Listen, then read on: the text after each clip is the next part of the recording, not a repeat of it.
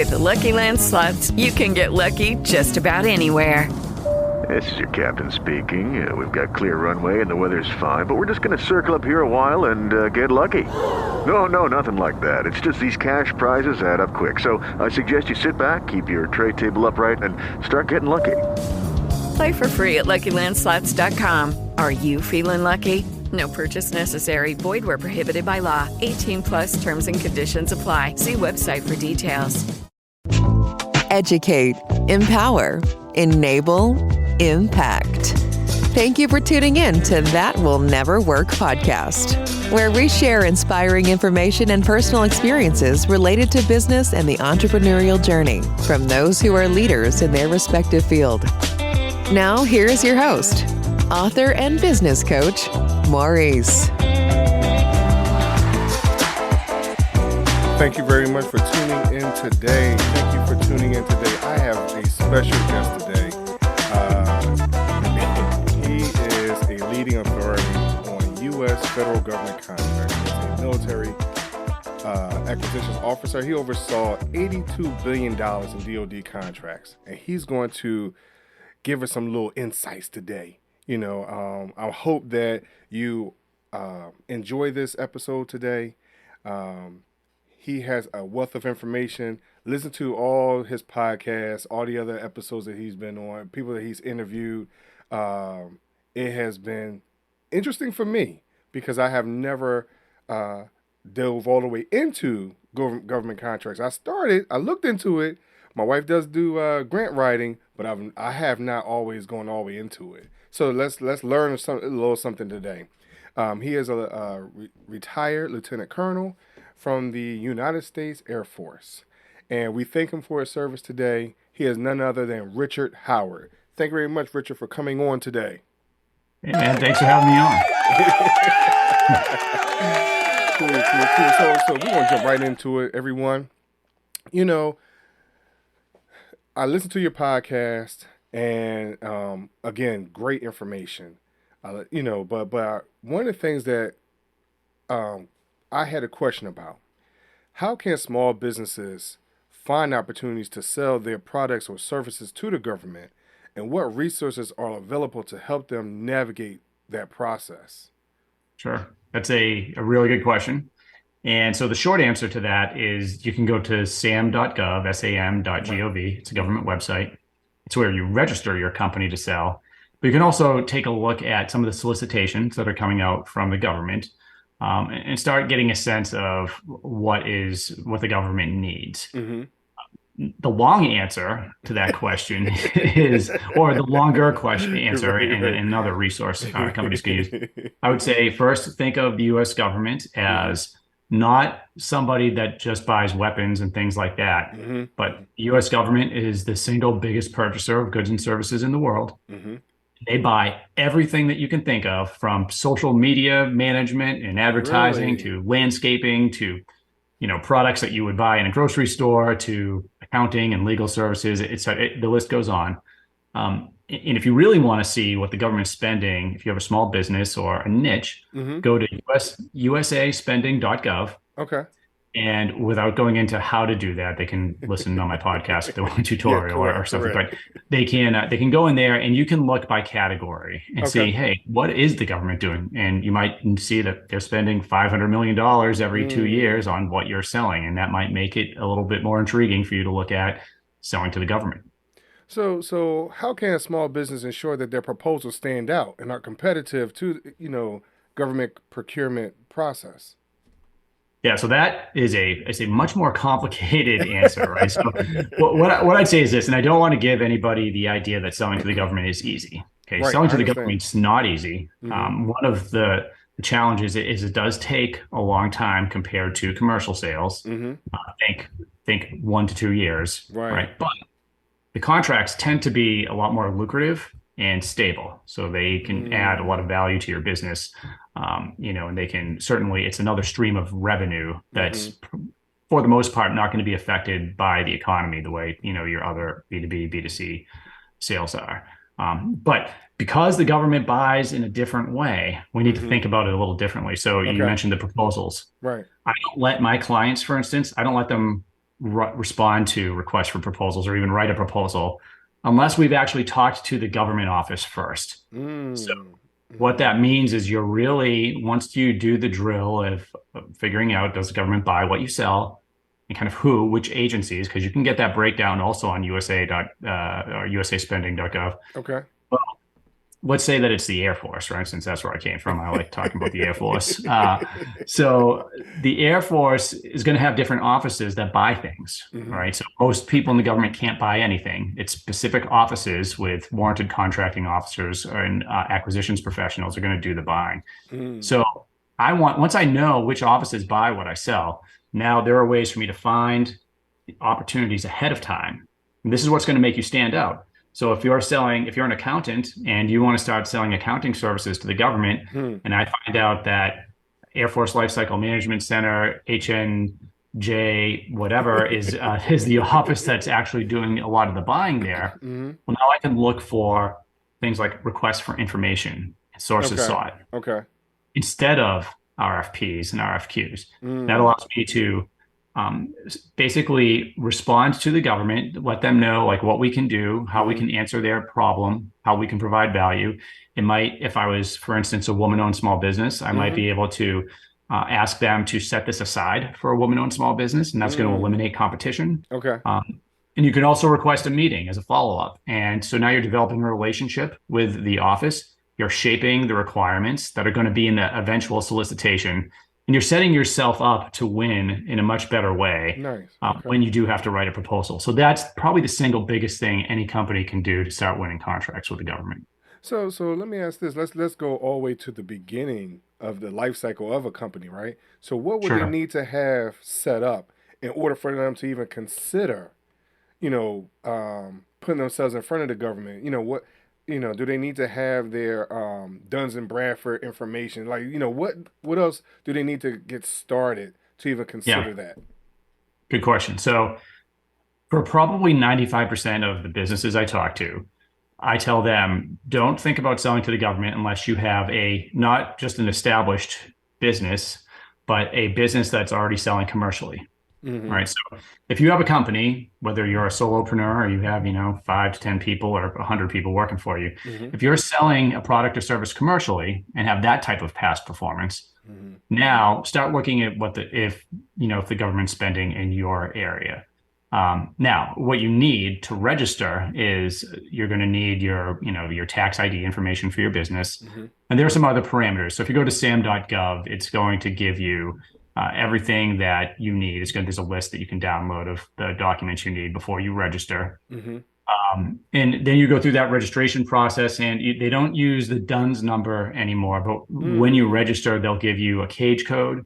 And they'll give you something called a UEI number, which is a unique identifier. I don't remember what the E stands for. Unique entity identifier, maybe. And so that's a UEI number. But hopefully that answers your question. No, it does. It does. So what are some of the key factors that government agencies consider when selecting vendors, and how can small businesses align their proposals with these criteria? Yeah, no, that's a really good question. So the hardest contract you're going to win is probably your first contract with the government, right? But provided you do have at least a viable product, solution, service that you've been selling commercially, that's going to inspire a certain amount of confidence. The next thing that you could do, and everyone's a little bit different, so we want to make sure that that everybody knows that it's going to be different selling office supplies versus a cybersecurity solution, for instance. But you can do a few things. You might partner with a business that already has business with the government or is doing business with the government on a solution offering. So you might be a subcontractor. So one thing you can do is you might win a subcontract at first, and that's going to give you a little bit of, it's not the same past performance as if you were a prime, but it is going to give you past performance working with a government agency. And the other thing, I'm going to foot stomp it again, is what's going to set you apart the most is finding opportunities ahead of the solicitation and influencing and reaching out and setting up a relationship with the office. Because look, if you're talking, like when I was a program manager, the companies that were winning, they knew they had to talk to us ahead of time, because you're finding out a lot. It takes a lot of work for the government to actually put a solicitation out there. And so all the information is probably not going to be in it. I mean, it couldn't be. It might be too long, or they might just not be thinking about it. But if you Mm-hmm. have the chance to talk with the people that are writing that and influence that, you're going to find out, you're going to have a better idea of what they really need. And that's going to allow you to write a better proposal that really hits the mark. It's Hmm. also going to give you a relationship with them. In some cases, you might have something really unique, and that could turn into a sole source contract where you're not even competing with anybody, right? Right, So right. that's probably rare, but it still happens. So again, hopefully that gets to how you can set yourself apart, Mm-hmm. and set yourself up for success. And then once you start selling to the government, you're building up that past performance. You do a good job. And that's probably what I should have started with, is make sure that you have an amazing solution, or you provide an amazing service, because that's really what we're looking for. Can you solve our problem, and are you a company we can rely on? So something that you had touched on, which is building the relationships and or networking, right? How can someone start that process of building that relationship first? Like because everything we know, we everything is about relationships. So how Yep. do you start building up that relationship with the government in order for you to get to the next level? Yeah, and that's a good point, because a lot of people don't think selling to the government involves the relationships like it does in a regular business or regular sales, but Mm-hmm. it's crucially important. Mm-hmm. And you're right, it's also, hey, how do I develop that? Because you can't just go knock on doors like you No. could if you were, maybe a real estate agent or something else. You can't just get onto the base, and Right. even if you could, you probably wouldn't be knocking on doors of people that could buy anything from you. Right. This is why I tell people, uh, this is one way, is when you're in sam.gov, you're registered, you're looking for requests for information and sources sought. I'm going back to that again, because Mm-hmm. we're in something called the market research phase, Okay. where, Okay. where the government's allowed to talk to companies, because they haven't set the requirements yet. So when an RFI or sources sought comes out, you're getting the contact, the government contact. So Mm-hmm. it could be a TPOC, or it could be meaning a technical point of contact, or it might be the program manager or the Mm. contracting officer. You have a list of questions they're interested in. So this is the beginning of you. It's one way of beginning that relationship with the government. You're providing value to them. It might Okay. be a 10-page or 5-page paper that you're filling out and writing and giving to them. Hmm. But you're also, because they requested that, they have money, they have to buy something. You've responded to them. Now you've opened up the channel of communication, and now Mm-hmm. you can do things like, hey, I've sent you my response for tax preparation services or Mm-hmm. landscaping even, right? But let's set up a meeting, because I'd really like to talk about some of the differences of our business, and maybe I can help you with what you're doing. Maybe I can provide value in a different way. Mm-hmm. And that is a great way to start setting up meetings with people that can buy from you and are interested. So one of the things that you keep mentioning in some of your examples being landscaping, right? That sounds so simple, right?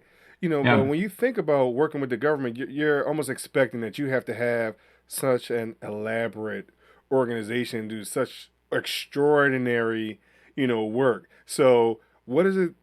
You make it sound so simple. So is it really that type that simple? Well, I'm trying not to, I don't want people to think it's easy, right? So maybe but it's not rocket science either. I Right. think it's more like running a marathon, right? It's Mm-hmm. small amount of effort over a long period of time. If Mm-hmm. you're doing the right things, you're going to get the results that you're looking for. Mm-hmm. So if it's landscaping, if it's something like that, which the government spent something like, I don't want to quote, I but understand. I understand. I want to say it was close to $1 billion over the past 3 to 5 years just on Okay. landscaping services. Okay. I might be off on that, but I'm pretty sure, but it's high. Mm. So if we know that, right, we know we can go after the work. It's going to be, every military base is essentially a small town, Right. or small city in some Right. cases, and they need everything that a regular town, all the infrastructure, everything, and all of Mm-hmm. those are paid for through the government contracting process. Mm-hmm. Movie theaters, golf courses, there's restaurants and franchises on the bases. There are a huge amount of spending on things like housekeeping and Right. cleaning services for the office buildings. So, although not easy, it is pretty straightforward as far as find out who buys what you sell, find the opportunities ahead of time, Mm-hmm. and start developing the relationship with those purchasers. So, and I asked that question because some of our listeners on this Down Never Work podcast, they're just starting out, and sometimes they're looking at the larger picture and not sometimes looking at the finer details of the smaller picture, if you will. Right. So with that, can you share any success stories of some small businesses, you know, where they might have started off small that has grown into something a little larger than what they anticipated with, dealing with governmental contracts? Yeah, absolutely. And why don't we could change the paradigm here a little bit too, and talk about some of the situations where you might be able to go after a certain type of government contract before you have your commercial sales. It always helps to have something established. But so let's talk about R&D contracts, Okay. research and development. Mm-hmm. So, anyone in your audience that is maybe they have a software solution, an application they've developed, or something, or a patent for a technology. Okay. You can go after something called small business innovative research contracts. Now, what those do is they essentially are going to award small businesses funding Okay. to develop or maybe modify their solution for government need. Mm. And it's a smaller lift. Okay. It's a process that's developed for companies that aren't used to selling to the government. I have several clients that have had great success in this area. Okay. One of those clients was a company that essentially developed a training system for the military and for special forces, and others have done things like virtual reality training, or and there's several, by the way, of these business owners I've interviewed on my podcast, DoD Contract Academy, that you could listen to. Mm-hmm. But what might that look like is there's a phase one, which you're just saying, hey, this is my idea, Mm-hmm. right? This is what I'm doing. This is what my software tool does. Mm-hmm. I think we could modify it in this way to help, whatever your problem set is. And they have topics, Okay. and they say, yeah, we like it. So you might win a phase one. And that phase one SBIR might be up to $150,000. It's not a huge contract, Okay. but you're basically you might be writing a feasibility study or something like that for what they're paying you for. But the real point of phase one is they're now going to try to match you with people in the government that want your offering. Okay. I'm going to stick with the software tool, right? Okay. And you can look on your own as well. But once you find that person, they just have to sponsor you. Now you can apply for a phase two. And phase two can be up to $1.3 million and actually be higher than that as well. Now that's money you can use to develop that software tool that you keep your IP. The intent for most of this is dual use. So they expect you to sell it to the military and commercial. In fact, part of your proposal is going to be your commercialization strategy.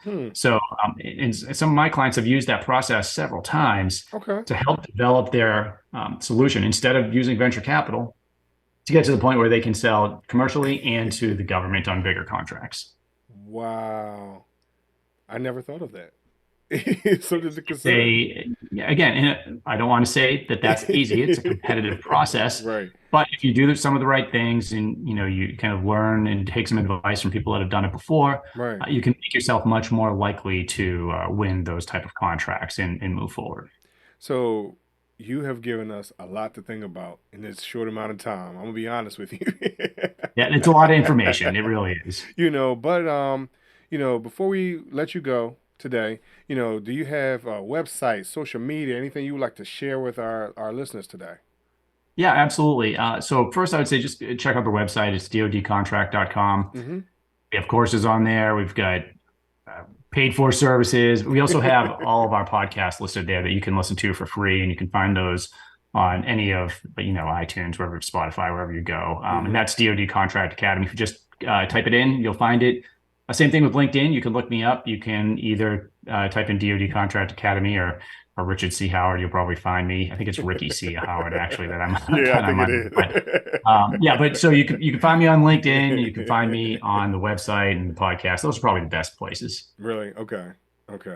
Well, I thank you very much for being a guest today. I thank you for giving us this, very pertinent information, timely information, because some of us are really just starting out. Sure. And I think that gives people another avenue and who to speak to and create that income coming in that is consistent. Because right now everything is up and down, up and down. Right. That's right. Yeah. No, Yeah. it's something that really helps a lot of the small businesses we work with, and I think having commercial and government funding coming in, it's a great way to grow your company. Sure. So thank you very much. Everyone go to dodcontract.com. And Mr. Howard, thank you very much for coming on today. Thank you, sir. Appreciate it. Sure. Thank you. Thanks for listening. Find us on social media at Chisholm Group LLC and check back weekly for new episodes. Until next time, that will never work, or will it?